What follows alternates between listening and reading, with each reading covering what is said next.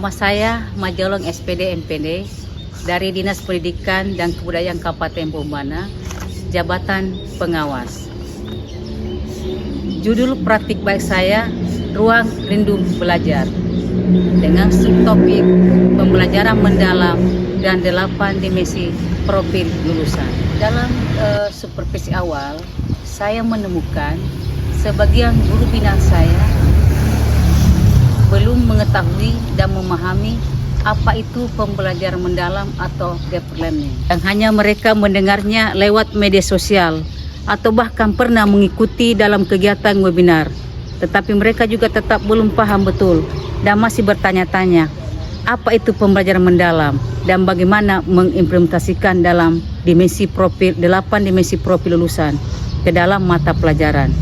Bahkan sebagian guru menganggap bahwa pembelajaran mendalam itu adalah kurikulum baru. Situasi ini mendorong saya untuk memulai pendekatan baru dalam pembinaan dan pendampingan guru. Saya menghadapi beberapa tantangan besar untuk melakukan pendekatan strategi dan kesabaran. Pertama, pola pikir guru. Sebagian guru masih berpandangan bahwa pembelajaran mendalam sulit diterapkan di kelas dengan jumlah siswa banyak atau sarana terbatas. Ada pula yang menganggap kegiatan berbasis proyek hanya untuk sekolah unggulan.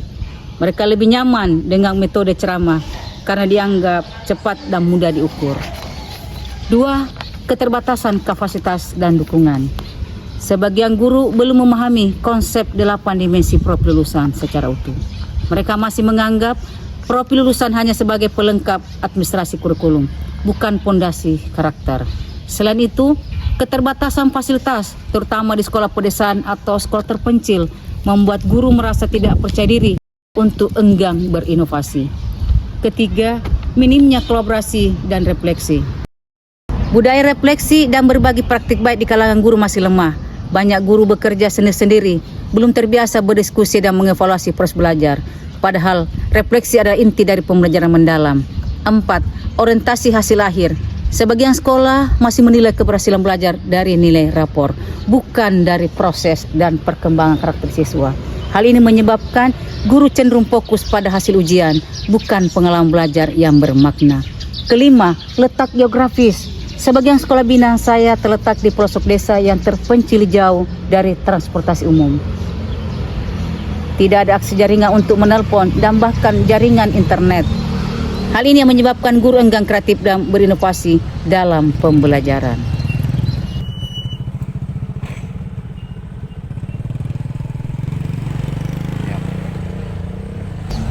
Untuk mengatasi tantangan tersebut, saya melaksanakan program Ruang Rindu Belajar sebagai praktik baik saya untuk melakukan pembinaan dan pendampingan kepada guru. Berbasis pembelajaran mendalam dengan tahapan berikut. 1. Membangun kesadaran dan visi bersama. Saya memulai dengan forum reflektif guru di tiap sekolah binaan. Melalui pendekatan dialogis, kami membahas pertanyaan mendasar. Untuk apa kita mengajar? Apakah anak-anak hanya perlu tahu atau juga perlu tumbuh? Diskusi ini mengunggah kesadaran kolektif bahwa pendidikan harus berorientasi pada manusia seutuhnya. Di forum ini, kami menyepakati visi bersama, mewujudkan pembelajaran yang memerdekakan dan bermakna.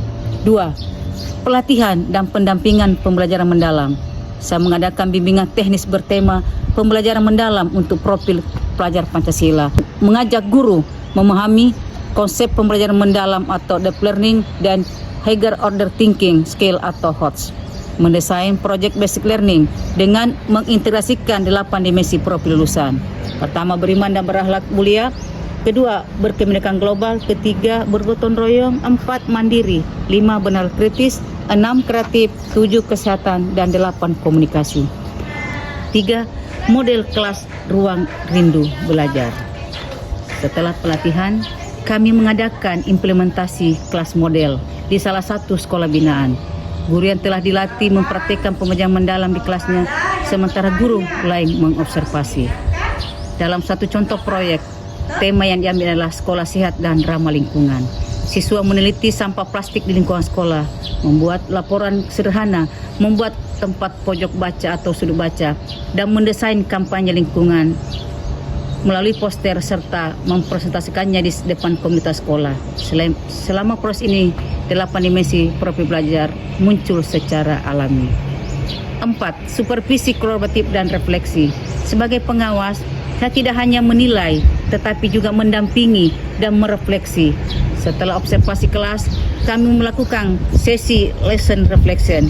Guru diminta menjawab apa yang berjalan baik, apa yang perlu diperbaiki, dimensi profil belajar mana yang paling tampak. Refleksi ini menumbuhkan kesadaran profesional guru bahwa pembelajaran sejati adalah perjalanan bersama antara guru dan murid.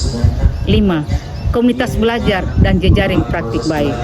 Untuk menjaga keberlanjutan, saya membentuk komunitas Ruang Rindu Belajar lintas sekolah binaan. Setiap bulan kami mengadakan pertemuan untuk berbagi praktik baik, mendiskusikan kendala, dan saling menginspirasi.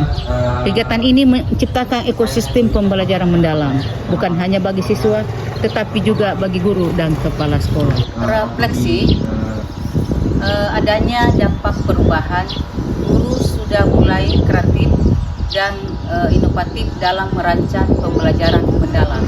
Siswa menjadi lebih aktif, berani bertanya, dan senang bereksperimen. Kegiatan proyek menghasilkan produk nyata seperti taman sekolah, pojok baca atau sudut baca, dan karya inovatif lainnya.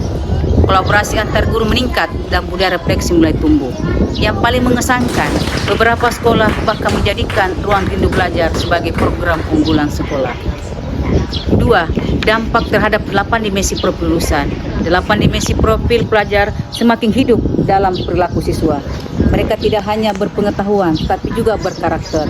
Nilai gotong royong dan kepemimpinan muncul saat proyek berjalan. Kemandirian terlihat saat mereka merancang ide sendiri. Sementara sikap benar kritis dan kreatif tumbuh dalam kegiatan analisis masalah nyata.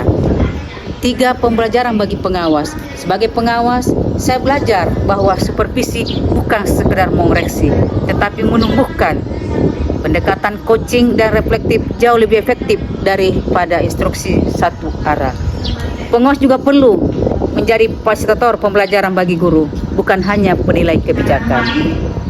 Manfaat penerapan pembelajaran mendalam bagi guru, menumbuhkan semangat reflektif dan inovatif dalam praktik pembelajaran, mendorong kolaborasi antar guru melalui berbagai praktik baik, menguatkan identitas profesional guru sebagai pembelajar sepanjang hayat. Sebagai pengawas, saya merasa bangga menjadi bagian dari perjalanan ini. Tugas kami bukan hanya mengawasi, tetapi juga menyalakan semangat guru agar tidak berhenti belajar. Karena sejatinya, setiap guru memiliki rindu yang sama, melihat siswanya tumbuh menjadi insan beriman, mandiri, gotong royong, benar kritis, kreatif, berjiwa kepemimpinan, berdaya saing di dunia yang terus berubah. Selaku pengawas juga tetap mengawal dan mendukung program pemerintah. Walaupun saya ditugaskan di tengah-tengah sekolah binaan yang jauh dari pelosok desa, yang terpencil, jalanan yang kita lalui bukan akses yang kondisi normal, tetapi hamparan padang hijau, ilalang yang terkadang kalau musim penghujan tidak bisa kita lewati karena medannya sangat menantang, yaitu tanah berlumpur dan dalam. Saya sendiri berkali-kali jatuh karena kondisi tersebut dan jauh betul dari akses jaringan internet. Tetapi tidak membuat saya menyerah untuk tetap mengunjungi sekolah tersebut. Dan saya tetap memberikan motivasi dan dukungan kepada kepala sekolah dan guru untuk setiap semangat untuk memajukan dunia pendidikan walaupun akses kemanfaatan digitalnya tidak ada. Yang pastinya, namun saya tetaplah memberi semangat bagaimana menyesuaikan pembelajarannya dan mengkondisikan sesuai karakteristik daerah dan kemampuan peserta didik. Terima kasih. Assalamualaikum warahmatullahi wabarakatuh.